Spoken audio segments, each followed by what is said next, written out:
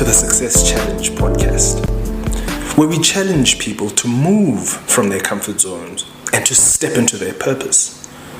This is where we share our new ideas, new concepts, where we share our experiences on what we did in order to achieve our success stories. Today we're talking about vaccinations. See, this is something that's very important and crucial in the world and in our country in this present moment.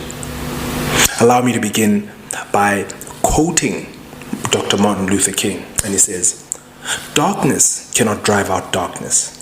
We need light for that. Hatred cannot drive out hatred. We need love for that. Without good people or people who seek to do good, evil will always be prominent." So light and love are powerful tools that you and I can use in order to protect ourselves against evil. In this period of uncertainty, we need light and love. We need people who are able to step forward and to usher in the light. This is so true, especially in the current state that we find ourselves in this current uncertain circumstances that we find ourselves in. So let me share something personal with you. So I'm about to go and get vaccinated myself, and I'm losing my mind with so many questions. There's a group, and they call themselves the breadwinners. I know that they just got their vaccinations. This without revealing how old I am. All over the world, and also in our country, we find two groups of people. We have people that are pro-vaccinations, and we get people that are anti-vaccinations. Both sides make strong arguments for their cases. So we're going to take some time to talk about these two sides. But before we get into that, can we first start talking about, is it wrong to be in the middle of these two arguments? Is it okay to say that I am unsure of what I want to do? To either take the vaccine or not? Is it permissible to say that I'm scared right now? Is it allowed to say that I'm anxious about what this could potentially mean for my future health? Like, we're also pressed and pressured by dates and due dates. We're so pressured from our workplace as well. So some bosses are saying, don't even bother coming in if you won't get vaccinated. Medical aids are threatening to increase their premiums.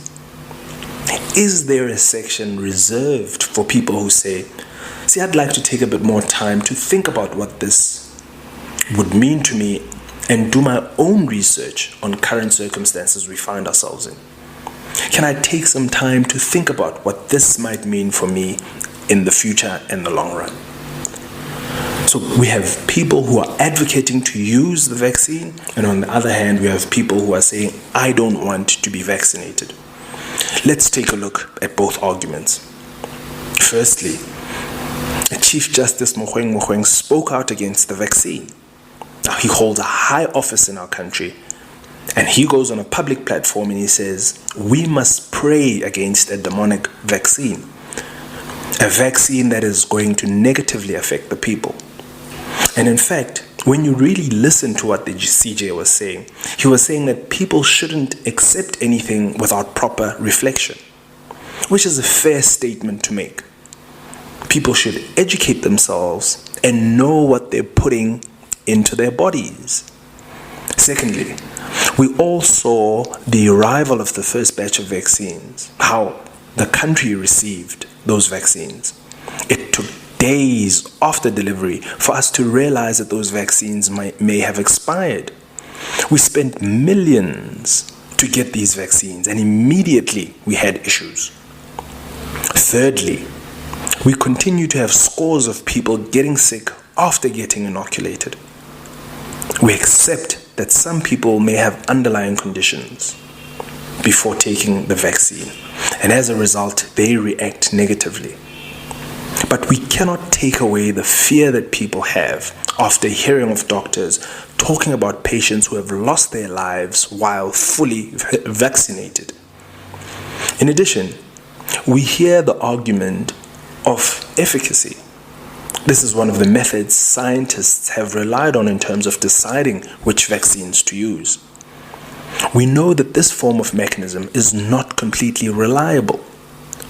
We cannot rely on how the vaccine is performed in other countries because we don't live under the same circumstances and under the same conditions. A study done in one country cannot be true in another. The environment is not the same, and the list can go on. Now, I'm no authority on this matter. But is the above not enough to make a person scared, uncertain, and fearful? The cases made against taking the shot is very, very compelling. And I think you also have to agree. Let us talk about the other side. The case that is made for taking the vaccine.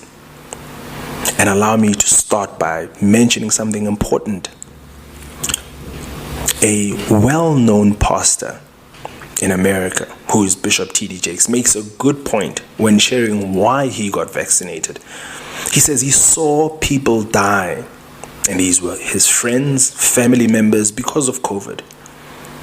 He says not enough evidence has been given to support that vaccines are dangerous in comparison to a significant number of people who have died because of the vaccine. Therefore, he felt it's best to get vaccinated. See, here's my personal reason.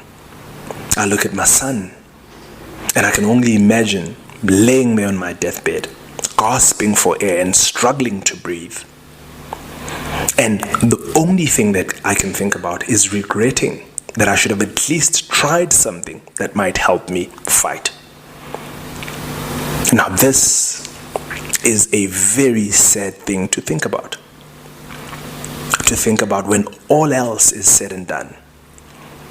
Now, when you're so sick that you can't even get up to go and make yourself some food, to get up to go and get yourself a drink. And the only thing that you can think about is, had I taken the vaccine, maybe this may not be happening to me at this present moment. Also, to support this, I'd like for you to imagine that you're at work and there's a very, very young guy that's working with you. So he goes into work and he gets sick. But because he's very young and has no comorbidities, after a couple of weeks, he's back at the office going about his daily activities. However, there's another group of people at work who suffer from underlying conditions, who if they get sick, they don't get to stay at home. And after a week or so, it's easy for them to get hospitalized or go to ICU.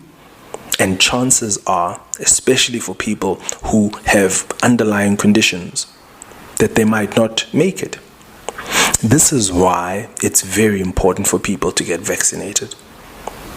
So in essence, we don't get vaccinated only for us and ourselves, but we also do it for other people, so that we don't carry this disease or virus and then we transmit it and give it to other people who may not be as lucky as we are.